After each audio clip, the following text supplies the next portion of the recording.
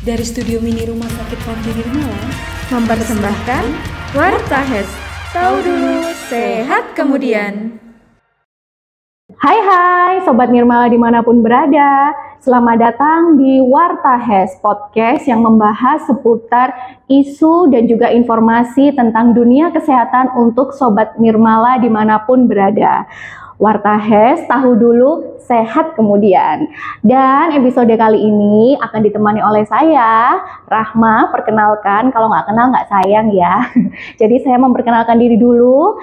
Sobat Nirmala semuanya, perkenalkan saya dengan Rahma yang akan menemani Sobat Nirmala semuanya selama beberapa menit ke depan untuk membahas tentang informasi kesehatan. Dan untuk hari ini kita akan membahas tentang MPASI. Dan tentunya sudah hadir bersama saya ahli gizi Rumah Sakit Panti Nirmala yang ceria dan supel banget ya.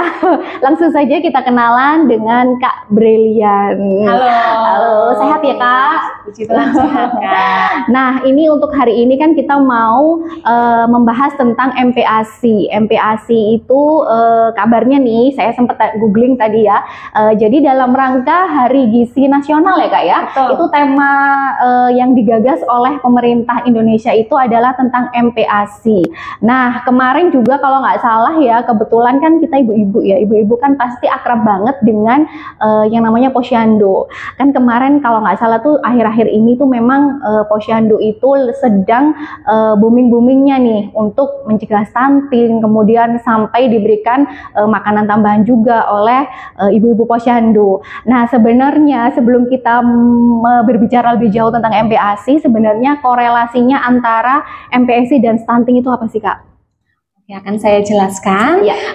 Pada tahun ini tema Hari Gizi Nasional 2024 itu adalah MPASI kaya protein hewani cegah stunting. Nah. MPASI berkualitas untuk generasi emas. Gitu ya. Jadi stunting itu apa sih? Stuntingnya dulu ya Kak, yang dikorek dulu ya. Ya, Oke, betul. silakan lanjut Kak. Jadi stunting kalau kita sudah banyak mendengar gitu ya, akan saya bahas, yaitu stunting adalah masalah gizi kronis akibat kurangnya asupan gizi dalam jangka waktu panjang sehingga mengakibatkan terganggunya pertumbuhan pada anak. Menurut WHO, stunting adalah kondisi pendek atau sangat pendek berdasarkan panjang atau tinggi badan menurut usia yang kurang dari -2 standar deviasi pada kurva pertumbuhan WHO yang terjadi dikarenakan kondisi irreversibel atau tidak bisa kembali akibat asupan nutrisi yang tidak adekuat, dan bisa juga karena infeksi berulang atau kronis yang terjadi pada 1000 HPK. 1000 hari pertama kehidupan yaitu dimulai pada masa konsepsi hingga usia 2 tahun. Tidak jarang masyarakat menganggap kondisi tubuh pendek itu merupakan faktor genetika dan tidak ada kaitannya dengan masalah kesehatan. Faktanya, faktor genetik memiliki pengaruh kecil terhadap kondisi kesehatan seseorang dibandingkan dengan faktor lingkungan dan pelayanan kesehatan. Stunting mulai terjadi pada saat anak masih dalam kandungan dan terlihat saat mereka memasuki usia 2 tahun. Bukan hanya mengganggu pertumbuhan fisik, anak-anak juga mengalami gangguan perkembangan otak yang akan mempengaruhi kemampuan dan prestasi mereka. Selain itu, anak yang menderita stunting akan memiliki riwayat kesehatan yang buruk karena daya tahan tubuh yang juga buruk. Stunting juga bisa menurun ke generasi berikutnya jika tidak ditangani dengan serius. Stunting juga menjadi salah satu penyebab tinggi badan anak terhambat, sehingga anak menjadi tumbuh lebih rendah atau lebih pendek dibandingkan dengan anak-anak seusianya. Gitu. Wah, ini merugikan sekali ya, karena ketika masuk usia sekolah ketemu dengan teman-temannya, kok aku lebih pendek sih Bu. Nah, itu pasti nantinya dia jadi insecure, kemudian kurang pede, seperti itu ya Kak ya. Jadi stunting ini bisa dicegah dengan pemberian MPASI yang tepat, begitu ya. Nah, untuk MPASI sendiri itu kan kalau ibu-ibu muda nih pasti sudah tahu semua ya Kak ya. Apalagi sekarang itu kan akses informasi itu sangat mudah sekali kita dapatkan ya. Kalau MPASI itu seperti yang kita ketahui adalah makanan pendamping yang diberikan saat bayi usia 6 bulan. Betul ya Kak ya. Nah, itu komposisinya yang baik dan disarankan oleh ahli gizi itu seperti apa sih Kak? Jadi komposisi dari MPASI yang baik itu terdiri dari karbohidrat, terdiri dari protein, lemak, vitamin dan mineral-mineral yang bila kita memberikan dengan komposisi yang tepat, dia akan membantu anak-anak kita itu tumbuh menjadi dewasa dengan optimal. Bisa dari tinggi badannya yang baik, peningkatan berat badannya optimal, juga akan mempengaruhi kecerdasan anak-anak kita. Yo gitu, oke. Kalau dari komposisinya kan tadi lengkap sekali ya Kak ya. Kemudian untuk protein hewaninya nih, protein hewani yang disarankan oleh ahli gizi itu seperti apa sih Kak? Kan kita tahu ya ada banyak sekali macamnya. Mungkin dari Sobat Nirmala juga masih ada yang bingung nih, ini protein hewani ini apakah boleh semuanya atau ada khusus yang disarankan oleh ahli gizi gitu Kak? Ya, jadi untuk protein hewani itu yang dianjurkan adalah dari daging ayam, daging sapi, dari ikan, telur, juga susu. Kenapa protein hewani yang diangkat sebagai tema utama pada Hari Gizi Nasional pada tahun ini? Itu karena kandungan dari protein hewani sendiri. Protein hewani sendiri dia itu memiliki kandungan kalori yang tinggi, kemudian dia punya zat besi, dari zat besi yang mudah dicerna daripada dibandingkan dengan sumber protein dari nabati. Meski begitu, perlu diperhatikan juga perbandingan protein juga energi guna mencapai kenaikan berat badan ataupun tinggi badan yang cukup. Pemberian MPASI juga harus dilakukan secara tepat waktu. Jadi pas 6 bulan, nggak kurang dan nggak lebih, itu harus diberikan kandungan nutrisi yang cukup dan seimbang maupun gizi makro dan mikro harus aman serta diberikan secara responsif. Jadi kita harus lihat anaknya itu gimana penerimaannya, suka enggak, apakah ada alergi atau yang lain. Ya, jadi kalau orang-orang zaman dulu ya Kak, kan banyak sekali ya katanya kalau bayinya nangis terus, itu apalagi di bawah usia 6 bulan, itu biasanya kan kalau zaman dulu itu kan diberikan pisang sama nasi ya, padahal sebenarnya selain rasanya nggak enak gitu ya, apalagi kalau bayinya juga diberikan secara paksa supaya dia berhenti menangis, karena dulu mungkin sumber informasi juga sulit sekali didapatkan ya, jadi sayang banget gitu loh kalau misalkan sebelum 6 bulan anak-anak kita itu sudah diberikan MPASI yang kurang tepat gitu ya Kak. Bisa jadi juga menimbulkan trauma, nanti pas dia waktunya mendapatkan MPASI ternyata dia nggak mau makan karena sudah terngiang-ngiang nih rasanya pisang sama nasi ya. Kurang lezat itu ya Kak ya. Padahal sebenarnya variasi MPASI itu banyak sekali ya Kak ya. Untuk teksturnya sendiri ini harus seperti apa sih Kak? Harus yang lembek banget atau masih ada sedikit ampas-ampasnya gitu. Kemudian untuk bumbu-bumbunya yang harus diberikan itu kayak apa sih Kak? Boleh dijelaskan langsung aja. Jadi untuk tekstur dari MPASI sendiri itu ada dibagi menjadi 3. Dilihat dari usianya. Jadi usia awal-awal pemberian nih masih usia 6 bulan, itu teksturnya seperti pure ya. Jadi halus begitu dan agak cair. Jadi nggak cair sama sekali. Kalau misalnya cair itu kan kalau misalnya kita sendokkan ke makanan kita sendokkan maksudnya terus dituang, dia kan mengucur ya. Dengan komposisi yang seperti itu otomatis zat gizinya juga pasti akan sangat sedikit. Jadi kalau misalnya kita sendok MPASI-nya itu kemudian dia jatuh perlahan, nah itu komposisinya sudah tepat. Gitu. Kemudian itu untuk usia 6 sampai 8 bulan. Kemudian untuk usia 9 bulan itu teksturnya lebih kental, yaitu berupa bubur saring yang lebih padat daripada sebelumnya begitu. Usia 10 bulan ke atas hingga hampir 1 tahun itu tekstur makanannya sudah dicincang, tidak terlalu keras tapi juga tidak terlalu halus. Kenapa kok komposisinya seperti itu? Itu karena untuk melatih oromotor ya. Oromotor itu kemampuan makan, mengunyah, terus juga bisa untuk kemampuan berbicara juga. Jadi bukan hanya dari yang lain-lain ya, tapi juga dari makanan itu dia bisa membantu untuk berbicara pada anak. Jadi komunikasi juga ya Kak ya antara anak dengan ibu ya. Mungkin kalau misalkan anaknya sudah bisa ngomong, sudah pilih menu kali ya. Yang lebih enak ya. Kemudian di usia 1 tahun ke atas itu harapannya menunya sudah berupa menu keluarga ya. Jadi mungkin bisa nasi tim ataupun nasi biasa pada anak-anak, berbeda dengan sesuai dengan penerimaannya. Menunya itu sudah mengikuti menu keluarga, maksudnya sudah ada sayur, sudah ada lauk pauk dan sebagainya yang seperti disajikan untuk orang dewasa. Cuman memang tekstur untuk daging atau mungkin ayam itu dicincang gitu. Jadi mempermudah halus anak untuk makan. Dan yang pasti mungkin ketika pemberian sudah mulai 10 bulan ke atas itu mungkin lebih banyak variasinya ya.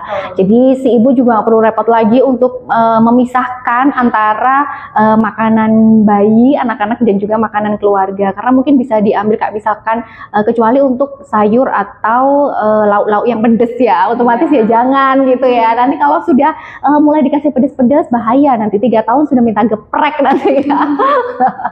Baik, tadi kan dijelaskan ya Kak Wara ya, kalau untuk pemberian protein hewani itu ada beberapa juga, namun juga mungkin yang punya riwayat alergi itu Kak, gimana menyiasatinya supaya pemberian protein hewani ini tetap diberikan secara tepat sesuai anjuran ahli gizi, namun juga tidak menimbulkan alergi karena keluarga ada riwayat alergi seperti itu.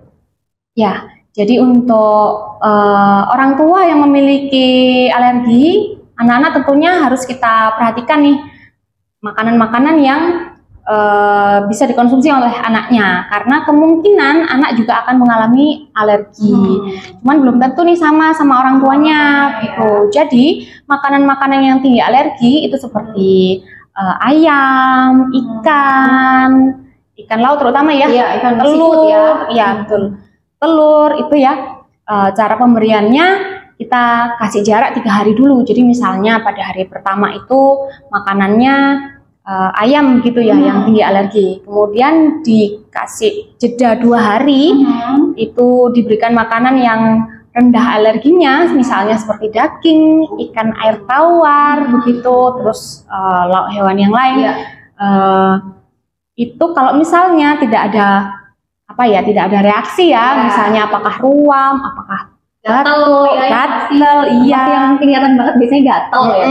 Nah itu berarti aman nih ayam. Nah setelah hari kedua dilalui ya, hari yang ketiga itu baru kita mencoba untuk makanan yang tinggi alergi lain, misalnya udang ataupun ikan laut yang lain, seperti itu caranya.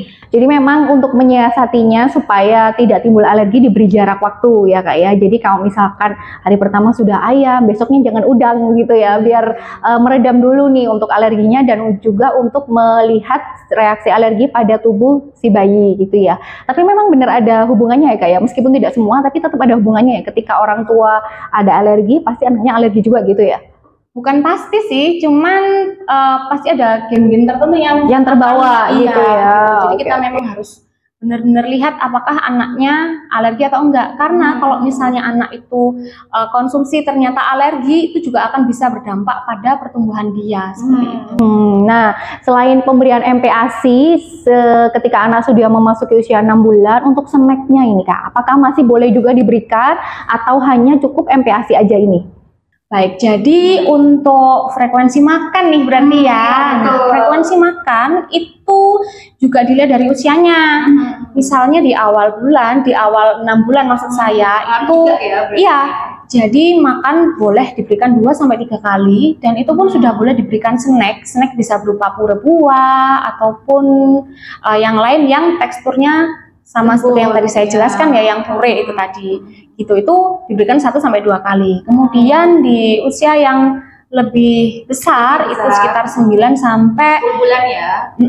9 sampai hampir 1 tahun itu boleh diberikan 3 kali makan. Snacknya bisa 2 kali sampai 3 kali makan. Kemudian di atas usia 1 tahun itu makannya bisa 3 sampai 4 kali makan, karena kan bisa juga anak mengalami gangguan makan ya, nggak mau makan misalnya. Kemudian juga kan aktif-aktifnya ya Kak ya, jadi cenderung mudah lapar biasanya ya. Itu bisa diberikan frekuensi yang lebih banyak lagi, misalnya 3-4 kali makan utama ditambah 1-2 kali snack begitu. Bisa berupa Iya, untuk snacknya sendiri juga tentunya lebih sehat yang kita bisa bikin sendiri ya Kak ya. Kan sekarang banyak banget tuh di Google, di mana-mana itu kan ada banyak sekali resep snack-snack untuk pendamping ASI. Atau kalau misalkan Sobat Nirmala semuanya sibuk juga, itu ibu-ibu bekerja yang pengen tetap juga memberikan MPASI yang berkualitas, itu juga bisa ya Kak ya. Jadi mungkin bisa diolah dulu malamnya gitu, boleh nggak sih? Atau misalkan nanti ditaruh di kulkas dalam volume besar, kemudian kalau mau makan diambil sedikit dipanasin gitu, boleh nggak sih Kak? Atau harus makan sekarang, harus dibuat sekarang gitu? Gimana nih kalau dari ahli gizi? Kalau ibu-ibu bekerja ya, tentu akan sangat kesulitan. Kalau idealnya sih emang yang paling bagus kita masak sekarang, dimakan juga sekarang. Cuman kalau misalnya seperti ibu-ibu bekerja ya, pasti akan sangat kesulitan begitu. Jadi caranya bisa juga kita bikin beberapa porsi makanan gitu ya, kemudian di pack atau ditaruh di tempat kedap udara di kedap udara. Sesuai porsi begitu ya, beberapa tempat begitu. Kemudian ketika akan menyimpan, disimpan di suhu refrigerator ya, atau di kulkas yang biasa, yang dingin biasa itu ya, bukan yang freezer. Itu kalau digunakan pada hari ini atau besoknya. Tapi kalau misalnya jangan terlalu lama juga ya ini. Iya, gitu. Kalau misalnya lebih dari itu mungkin bisa di freezer ya. Iya. Gitu. Kemudian ketika ingin makan, memberi makan kepada anaknya, itu bisa dipanaskan dulu, disesuaikan gitu ya. Jadi untuk penyimpanannya ini tetap disarankan oleh ahli gizi. Cuman sebagai catatan jangan terlalu banyak juga gitu ya. Mungkin cukup 1 atau 2 hari, kemudian nanti bikin lagi gitu ya Kak ya. Jangan sampai untuk 1 minggu gitu ya. Nanti kalau untuk 1 minggu bisa diare anak ya, bukan jadi MPASI lagi malahan ya. Jadi memang MPASI dan juga stunting ini menjadi perbandingan yang lurus ya Kak ya. Ketika MPASI itu diberikan secara benar dan juga berkualitas, kita sudah berusaha ya untuk mencegah terjadinya stunting di dalam anak kita. Dan jadi harapannya masyarakat Indonesia nantinya entah itu 10 tahun ke depan, entah itu 15 tahun ke depan, semuanya bebas dari stunting ya Kak ya.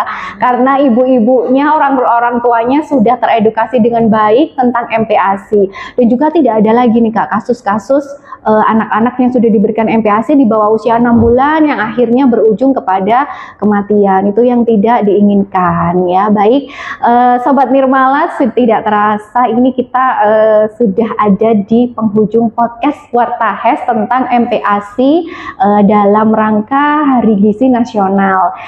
Kalau misalkan ini teman Sobat Nirmala masih ingin memberikan pertanyaan atau ingin konsultasi lebih lanjut atau mungkin mau ketemu kita berdua, boleh nih langsung saja mampir ke Rumah Sakit Panti Nirmala, atau mau konsultasi gizi aja boleh, nanti ketemu dengan Kak Wara atau timnya Kak Wara yang super humble ya Kak ya, yang super humble, siap menerima dan mendengar konsultasi apapun dari Sobat Nirmala semuanya. Atau Sobat Nirmala lagi ini program diet nih, sekarang kan lagi booming banget tuh untuk lifestyle tentang kesehatan gitu ya. Jadi hidup sehat, pola hidup sehat, tapi bingung mulai dari mana, boleh konsultasi dulu atau langsung pesen untuk catering sehatnya. Bisa ya Kak ya? Bisa banget dong ya. Oke. Dan Sobat Nirmala semuanya yang dimanapun berada, tentunya kami terus menginginkan dukungan dari Sobat Nirmala semuanya dengan like, subscribe, dan juga nyalakan tombol loncengnya supaya update terbaru tidak terlewat dari Rumah Sakit Panti Nirmala.